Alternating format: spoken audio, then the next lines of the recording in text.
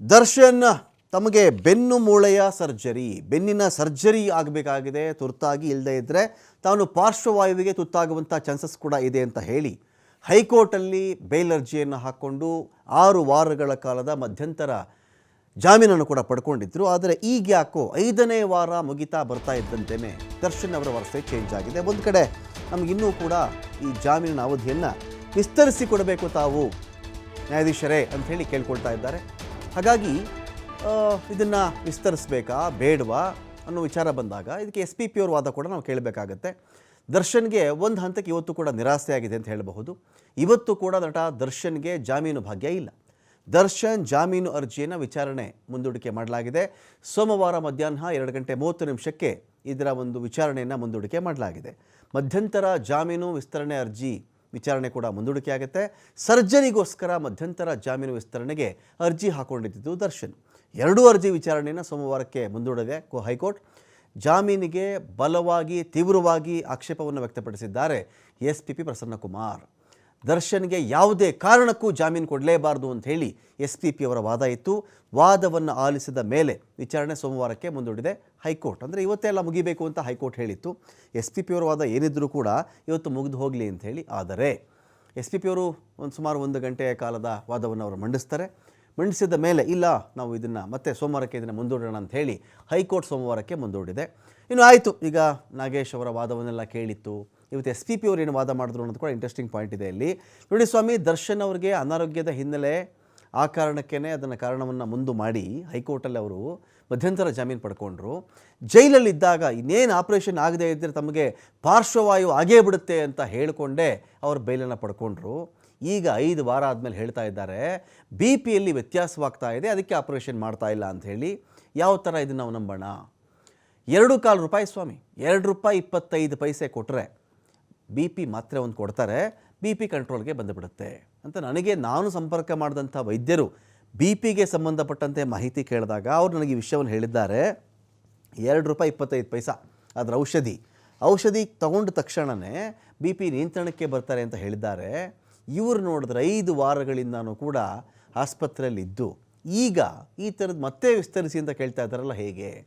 ಆಪ್ರೇಷನ್ಗೆ ರೆಡಿಯಾಗೋದಕ್ಕೆ 1 ವಾರ ಟೈಮ್ ಕೊಡಲಾಗಿತ್ತು.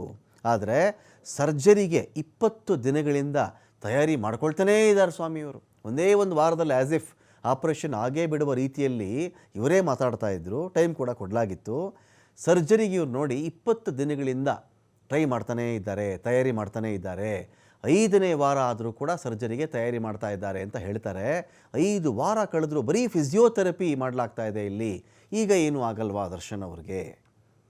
ಈಗ 5 ವಾರದಿಂದ ಬರೀ ಫಿಸಿಯೋಥೆರಪಿ ಮಾಡ್ತಾ ಇದ್ದರೆ ಬಳ್ಳಾರಿ ವೈದ್ಯರೇ ಮಾಡ್ತಾಯಿದ್ರು. ಜೈಲಲ್ಲೇ ಮಾಡಿಸ್ಬೋದಾಗಿತ್ತು ಇದೇ ಫಿಸಿಯೋಥೆರಪಿಯನ್ನು. 5 ವಾರಗಳಿಂದ ಇದರಲ್ಲೇ ಕಾಲ ಕಳೀತಿದ್ದಾರಲ್ಲ, ಹೇಗೆ? ಒಂದೇ ವಾರದಲ್ಲಿ ಆಪ್ರೇಷನ್ಗೆ ಹೋಗಲೇಬೇಕು, ಅಷ್ಟು ಎಮರ್ಜೆನ್ಸಿ ಇದೆ, ಅರ್ಜೆಂಟ್ ಇದೆ ಅಂತ ಹೇಳಿದಂಥವ್ರು ಇವತ್ತು 5 ವಾರ ಹೇಗೆ ಬರೀ ಫಿಸಿಯೋಥೆರಪಿಲೇ ಕಾಲ ತಳ್ಳಿದ್ದಾರೆ ಇವರು?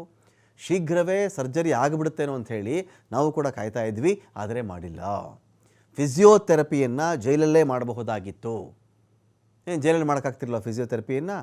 ಇವತ್ತು ಇವರೇನು ಈ ಆಸ್ಪತ್ರೆಗೆ ಬಂದು ಫಿಸಿಯೋಥೆರಪಿ ಮಾಡಿಸ್ಕೊಳ್ತಾ ಇದ್ದಾರೋ ಅಲ್ಲೂ ಕೂಡ ಅದಕ್ಕೆ ವ್ಯವಸ್ಥೆ ಇತ್ತು. ಆಪ್ರೇಷನ್ನು ನಮ್ಗೆ ಗೊತ್ತಿರೋ ಡಾಕ್ಟ್ರ್ ಬೇಕು, ಬೆಂಗಳೂರಲ್ಲೇ ಆಗಬೇಕು, ಕೈಗುಣ ಕಾಲುಗುಣ ಎಲ್ಲ ಹೇಳಿದ್ರಲ್ಲ, ಈಗೇನೂ ಇಲ್ವಾ? 5 ವಾರಗಳಿಂದ ಅವ್ರಿಗೆ ಆಪ್ರೇಷನ್ ಆಗಿಲ್ಲ ಅಂತ ಹೇಳಿದ್ರೆ ಏನು ಸ್ವಾಮಿ ಇದರ ಅರ್ಥ? ಹೇಗೆ ನಂಬೋಣ ನಾವು ಇದನ್ನು ಅಂತ ಅವರೊಂದು ವಾದ ಇತ್ತು. ಫೆಬ್ರವರಿಯಲ್ಲಿ ಪವಿತ್ರ ಗೌಡ ಅವರಿಗೆ ರೇಣುಕಾಸ್ವಾಮಿ ಮೆಸೇಜ್ ಮಾಡಿರೋದು, ಖುದ್ದು ಪವಿತ್ರ ಗೌಡ ರೇಣುಕಾಸ್ವಾಮಿಗೆ ರಿಪ್ಲೈ ಕೂಡ ಮಾಡಿದ್ದಾಳೆ. ನಿನ್ನ ನಂಬರ್ ಕಳಿಸು ಅಂತ ಇದೇ ಪವಿತ್ರ ಗೌಡ ರೇಣುಕಾಸ್ವಾಮಿಗೆ ಸಂದೇಶವನ್ನು ಕಳಿಸಿದ್ದಾಳೆ. ನಂಬರ್ ಕೇಳಿದಾಗಲೇ ಅಸಲಿ ಕೇಸಲ್ಲಿ ಶುರುವಾಗಿರೋದು. ಅಶ್ಲೀಲ ಮೆಸೇಜ್ ಒಬ್ಬಳಿಗೆ ಬಂದಾಗ, ಒಂದು ಮಹಿಳೆಗೆ ಬಂದಾಗ ಬ್ಲಾಕ್ ಮಾಡೋ ಅವಕಾಶ ಇದೆ. ಬ್ಲಾಕ್ ಮಾಡಬಹುದು. ಅದನ್ನು ಏನೋ ಕೆಟ್ಟ ಕಳಿಸ್ತಾ ಇದ್ದಾನೆ, ನೀವು ಯಾರೋ ವ್ಯಕ್ತಿ ಸರಿ ಇಲ್ಲ, ಬೇಡ ಅಂಥೇಳಿ ಅದನ್ನು ರದ್ದು ಮಾಡಬಹುದು, ಬ್ಲಾಕ್ ಮಾಡಬಹುದು. ಆದರೆ ಮಾಡಿಲ್ವಲ್ಲ. ನನ್ನ ನಂಬರ್ ಅಂಥೇಳಿ ಪವನ್ ನಂಬರನ್ನು ಕೊಟ್ಟಿದ್ದು ಪವಿತ್ರ ಗೌಡ. ಅಲ್ಲಿ ನಂಬರ್ ನಿಂತು ಕಳಿಸು ಅಂತ ರೇಣುಕಾಸ್ವಾಮಿ ಕೇಳಿದಾಗ ಆಬ್ವಿಯಸ್ಲಿ ರೇಣುಕಾಸ್ವಾಮಿ ನಿನ್ನ ನಂಬರ್ ಕಳಿಸು ಅಂತ ಕೂಡ ಕೇಳಿರ್ತಾನಲ್ಲ.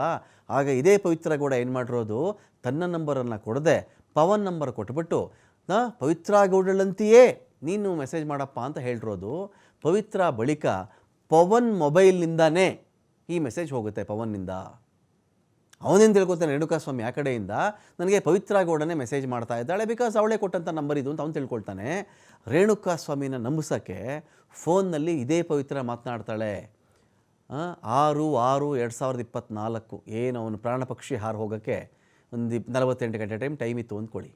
6/6/2024 ಸತ್ತು ಹೋಗ್ಲಿಕ್ಕೆ ಒಂದು 48 ಗಂಟೆ ಮುಂಚೆ ಮಾತನಾಡಿದ್ದಾಳೆ ಪವಿತ್ರ. ಪವನ್ ರೇಣುಕಾಸ್ವಾಮಿ ಮನೆಯ ವಿಳಾಸವನ್ನು ಕೇಳ್ತಾನೆ.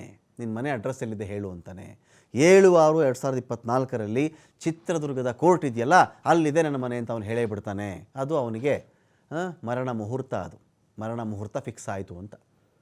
ಯಾವತ್ತಿಗೆ ಅವನು ಚಿತ್ರದುರ್ಗದ ಕೋರ್ಟ್ ಇದೆಯಲ್ಲ ಅದ್ರ ಹತ್ತಿರ ನಾನು ಇರೋದು ಅಂತ ಹೇಳಿಬಿಡ್ತಾನಲ್ಲ, ಆವತ್ತಿಗೆ ಅವನಿಗೆ ಸಾವಿನ ಮುಹೂರ್ತ ಫಿಕ್ಸ್ ಆಯಿತು. ಪವನ್ ಈ ವೇಳೆ ಕೋರ್ಟ್ ಬಳಿ 3 ಆರೋಪಿಗಳನ್ನು ಕಳಿಸ್ತಾನೆ.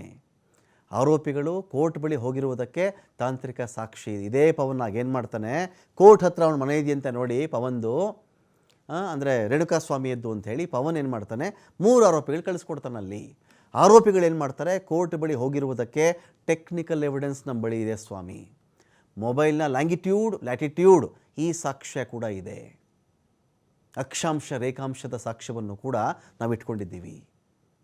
ಗೂಗಲಲ್ಲಿ ಸಿಗುತ್ತಲ್ಲ ಈಗ ಯಾವ ವ್ಯಕ್ತಿ ಯಾವ ಲೊಕೇಶನಲ್ಲಿದ್ದ ಅಂತ ಹೇಳಿದ್ರೆ ಅದರ ಲ್ಯಾಂಗಿಟ್ಯೂಡ್ ಲ್ಯಾಟಿಟ್ಯೂಡ್ ಎರಡೂ ನಿಮಗೆ ಸಿಕ್ಕಿಬಿಡುತ್ತೆ, ಅಕ್ಷಾಂಶ ಮತ್ತು ರೇಖಾಂಶ. ಅದು ನಮ್ಮ ಬಳಿಯಲ್ಲಿದೆ. ಈ 3 ಜನ ಎಲ್ಲಿದ್ದರು ಅವತ್ತಿಗೆ ಅಂಥೇಳಿ ಪಟ್ಟಣಗೆರೆ ಶೆಡ್ನಲ್ಲಿ ರೇಣುಕಾಸ್ವಾಮಿಯ ಬಟ್ಟೆಯನ್ನು ಬಿಚ್ತಾರೆ ಇವರು. ರೇಣುಕಾಸ್ವಾಮಿ ಕೈ ಮುಗಿಯುವಂಥ ಫೋಟೋ ಸಿಕ್ಕಿದೆ ಸ್ವಾಮಿ. ವಾಹನಗಳು ಬರ್ತಿರುವ ಬಗ್ಗೆ ಸಾಕ್ಷಿಗಳು ಹೇಳಿಕೆಯನ್ನು ಕೊಡ್ತಾರಲ್ಲಿ. ಕೊಲೆಯಾದಂಥ ಸ್ಥಳದಲ್ಲಿ ಆರೋಪಿಗಳು ಇದ್ದರು ಎನ್ನುವುದಕ್ಕೆ, ಹಾಜರಿದ್ದರು ಎನ್ನುವುದಕ್ಕೆ ನಮ್ಮ ಬಳಿ ಪ್ರೂಫ್ ಇದೆ, ಸಾಕ್ಷಿ ಇದೆ. ಜೂನ್ 9ನೇ ತಾರೀಕಿನಂದು ಮೃತದೇಹ ಸತ್ವ ಅಪಾರ್ಟ್ಮೆಂಟ್ ಬಳಿಯಲ್ಲಿ ಸಿಗುತ್ತೆ. ಆ ಅಪಾರ್ಟ್ಮೆಂಟ್ ಬಳಿ ಬಿಸಾಕ್ಬಿಟ್ಟಿರ್ತಾರೆ. ಕೊಲೆಯಾದ ಸ್ಥಳದಲ್ಲಿ ಆರೋಪಿಗಳು ಇದ್ದರು ಎನ್ನುವುದಕ್ಕೂ ಕೂಡ ಟೆಕ್ನಿಕಲ್ ಎವಿಡೆನ್ಸ್ ನಮ್ಮ ಬಳಿ ಇದೆ. ಅಲ್ಲಿನ ಮೋರಿಯ ಬಳಿ ರೇಣುಕಾಸ್ವಾಮಿ ಬಾಡಿ ಸಿಗುತ್ತಲ್ಲಿ ಹಣಕಾಸಿನ ಕುರಿತು ದೊಡ್ಡ ಗಲಾಟೆ ಆಗಿರುತ್ತೆ. ಇದೇ ವೇಳೆ ಎಡವಟ್ಟಾಗ್ಬಿಟ್ಟು ಒಬ್ಬ ಸಾವನ್ನಪ್ತಾನೆ. ಹಣಕಾಸಿನ ವ್ಯವಹಾರ ಜೋರ ಗಲಾಟೆ ಆಗಿಬಿಟ್ಟಿತ್ತು, ಎಡವಟ್ಟಾಯಿತು, ಕಿತ್ತಾಡಿದ್ವಿ, ಹೊಡೆದ್ವಿ, ಬಡಿದ್ವಿ, ಸತ್ತೋಗ್ಬಿಟ್ಟ ಒಬ್ಬ. ತಡರಾತ್ರಿ ಒಬ್ಬ ಪೊಲೀಸ್ ಸಬ್ ಇನ್ಸ್ಪೆಕ್ಟರ್ಗೆ ಕಾಲ್ ಮಾಡಿದ್ದ ರೀತಿಯಲ್ಲಿ ಈ ಪ್ರದೋಷ್ ಮಾತಾಡ್ತಾನೆ. ಕಾಲ್ ಮಾಡಿಬಿಟ್ಟು ವಾಟ್ಸಪ್ ಕಾಲ್ ಮೂಲಕ PSI 100 ಬಾರಿ ಮಾತನಾಡ್ತಾರೆ. ಆದರೆ ಎಲ್ಲಿ ಹೇಗೆ ಎಂಬುದರ ಬಗ್ಗೆ ಪ್ರದೋಷ್ PSIಗೆ ಹೇಳಲ್ಲ. ಸ್ವಾಮಿ ಇದ್ಯಾವುದೋ ಹಣಕಾಸಿನ ಗಲಾಟೆ ಆಗಿಬಿಟ್ಟಿದೆ, ನಮ್ಮ ಹುಡುಗರು ಒಬ್ಬನಿಗೆ ಹೊಡೆದ್ಬಿಟ್ಟಿದ್ದಾರೆ, ಸತ್ತೋಗ್ಬಿಟ್ಟಿದ್ದಾನೆ, ಅಷ್ಟೇ ವಿಷಯ ಹೇಳ್ತಾರೆ. ದರ್ಶನ್ನು, ಗ್ಯಾಂಗು, ಪಟ್ಟಣಗೆರೆ ಶೆಡ್ಡು ಇದರಲ್ಲಿ ಇಂತಿಂಥವರೆಲ್ಲ ಇನ್ವಾಲ್ವ್ ಆಗಿರೋದು ಇದ್ಯಾವುದ್ರ ಬಗ್ಗೆಯೂ ಪ್ರದೋಷ್ ಮಾತಾಡಲ್ಲ. PSI ಬಳಿಯಲ್ಲಿ 100 ಬಾರಿ ವಾಟ್ಸಪ್ ಕರೆಗಳ ವಿನಿಮಯಗಳಾಗಿದೆ. ಅಲ್ಲಿ ಎಲ್ಲಾಯಿತು, ಹೇಗಾಯಿತು ಇದನ್ನು ಹೇಳಲ್ಲ ಅವನು. ಸೋಮನಹಳ್ಳಿ ಬಳಿಯ ಮೋರಿ ಅಂತ PSIಗೆ ಅಷ್ಟೇ ವಿಷಯ ತಿಳಿಸ್ತಾರೆ. ಆಗ ಇದು ಕಾಮಾಕ್ಷಿಪಾಳ್ಯ ಪೊಲೀಸ್ ಠಾಣಾ ವ್ಯಾಪ್ತಿಗೆ ಬರುತ್ತೆ ಅಂಥೇಳಿ PSI ಹೇಳಿಬಿಡ್ತಾರೆ. ಯಾವ PSIಗೆ ಇವರು ಈ PSI ಲಿಮಿಟ್ಸಲ್ಲೇ ಇವರ ಪೊಲೀಸ್ ಠಾಣೆ ಸರಹದ್ದಿನಲ್ಲೇ ಬರುತ್ತೆ ಅಂತ ಅಂದ್ಕೊಂಡಿದ್ರು, ಅದು ಈ PSI ಸರಹದ್ದಿಗೆ ಬರಲ್ಲ. ಇಲ್ಲಿಗೆ ಬರಲ್ಲ ರೀ, ಅದು ಸುಮನಹಳ್ಳಿ ಮೋರಿ ಅಂತ ಹೇಳಿದ್ರೆ ಇದು ಕಾಮಾಕ್ಷಿಪಾಳ್ಯ ಠಾಣೆಗೆ ಬರೋದು ಅಂತ ಹೇಳಿಬಿಡ್ತಾರೆ. ಆಗ ಒಂದು ಗಾಬರಿ ಆಗುತ್ತೆ, ಅಯ್ಯೋ ಇವೆರಡ ಗೊತ್ತಿರೋರು ಅಂದ್ಕೊಂಡು ನಾವು ಇಲ್ಲಿ ಮಾತಾಡ್ಬಿಟ್ವಲ್ಲ, ಇನ್ನು ಅಲ್ಲಿ ಬೇರೆ ಮ್ಯಾನೇಜ್ ಮಾಡಬೇಕಾ ನಾವು ಅಂತ. CCTV ದೃಶ್ಯಗಳನ್ನು ಕಳಿಸಿದ್ದಾನೆ ಅಂತ ಕೂಡ ಹೇಳಿಕೆಯನ್ನು ಕೊಟ್ಟಿದ್ದಾರೆ. ಸೊ ಹಾಗಾಗಿ ಇಡೀ ಟೋಟಲ್ ಆಗಿ ಒಂದು ವಿಚಾರವನ್ನು ಗಮನಿಸಿದಾಗ, ಈ ವಿಚಾರದಲ್ಲಿ ಗಮನಿಸಿದಾಗ ಇದೆಲ್ಲ ಹೇಗೆ ಸ್ವಾಮಿ, ಇಷ್ಟು ಟೆಕ್ನಿಕಲ್ ಲ್ಯಾಟಿಟ್ಯೂಡ್ ಇವೆಲ್ಲವನ್ನೂ ನಾವು ಇಟ್ಕೊಂಡಿದ್ದೀವಿ ಇಲ್ಲಿ. ದುರ್ಗದ ಕೋರ್ಟ್ ಬಳಿ ನನ್ನ ಮನೆ ಇದೆ ಅಂತ ಹೇಳಿದಾಗ 3 ಜನ, ಪವನ್ ಯಾರನ್ನು ಕಳಿಸಿರ್ತಾನೋ 3 ಜನ, ಅವ್ರು ಹೋಗಿರೋದಕ್ಕೆ ಸಾಕ್ಷಿ ಇದೆ. ಇದೇ ಪವಿತ್ರ ಗೌಡ ತನ್ನ ನಂಬರ್ ಅಂಥೇಳಿ ಪವನ್ ನಂಬರನ್ನು ರೇಣುಕಾಸ್ವಾಮಿಗೆ ಕೊಡ್ತಾಳೆ. ಜೊತೆಗೆ ಪವನ್ ನಂಬರಿಂದನೂ ಕೂಡ ಇದೇ ಪವಿತ್ರ ಗೌಡ ಮಾತನಾಡಿದ್ದಾಳೆ, ಅವನನ್ನು ನಂಬಿಸಿದ್ದಾಳೆ. ನೀನು ಮನೆಯಲ್ಲಿ ಅಂತ ಕೇಳಿದ್ದಾಳೆ, ಆಗ ಬಾಯಿ ಬಿಡಿಸ್ಕೊಂಡಿದ್ದಾರೆ.